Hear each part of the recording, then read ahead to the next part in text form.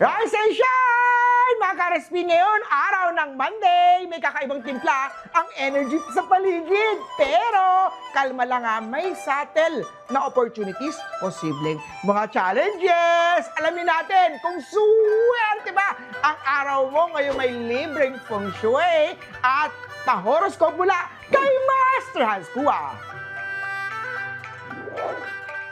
Sa mga pinanganak ng Year of the Rat, career, ang may spotlight ngayong araw may maliit pero importante opportunity na maaaring ibigay sa'yo. Small progress, still a progress kahit mabagal ang pacing ngayong araw. Basta maging consistent ka. You are already one step closer to your goals. White at 8. Kay Oksawan tayo, career ang patok today. Kahit may Taisui influence na pwedeng magdulot ng mga maliliit ang mga minor na delays, solid pa rin ang foundation mo, ang sipag at pagiging consistent mo ang tunay na bida. Slow and steady wins the race. Pitch at 1. Kay Tiger naman tayo, love life ang may spark ng araw. Single ka man o may partner, may bigla ang kilig moment, eye contact, chat man yan, o mga flirty na messages, magpapasmile at magpapakilig sa yan. Life is too short to worry too much. Enjoy the little spark at today. Beige at 3. Kay Year of the Rabbit naman tayo, wealth ang focus ngayong araw. Iwasan na ang impulsive o mapapigla-bigla ang pagbili. Mag-budget para sa mga upcoming na mga gamit. Lalo na kung may tuition fee or family expenses. Smart planning today ensures stable flow kahit may mga minor setback dahil sa Taisui energy. Yellow at 4. Kay Year of Dragon naman tayo, career ang naka-highlight ngayong araw. May chance din na mag-lead sa project o mag-take charge sa office o remote na trabaho. Take charge at today, pag maayos ang action mo, mapapansin at mapapappreciate ka ng mga boss. Green at 9. Kay Year of the Snake naman tayo, wealth ang may magandang agos. Flow ng energy ngayong araw. Steady ang gains sa pera.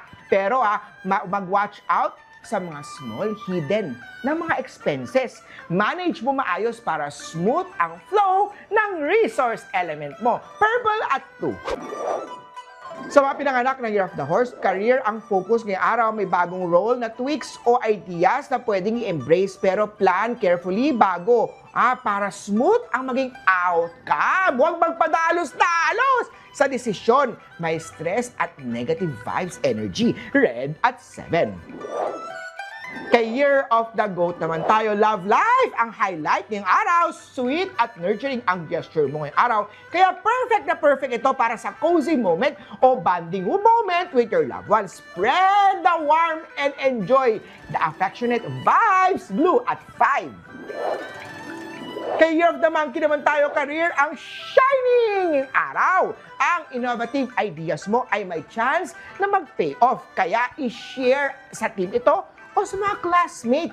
Quick thinking at sharp move ngayong araw can lead to success. White at 1. Kay Rooster naman tayo, career ang focus ngayong araw, efficiency, may mataas na energy yan. Kaya perfect para matapos agad ang mga trabaho. Dedication ay mapapansin at may chance na may reward pa sa effort na binibigay. Stay consistent at focus. Pag maayos ang execution, success will flow. Gray at 6.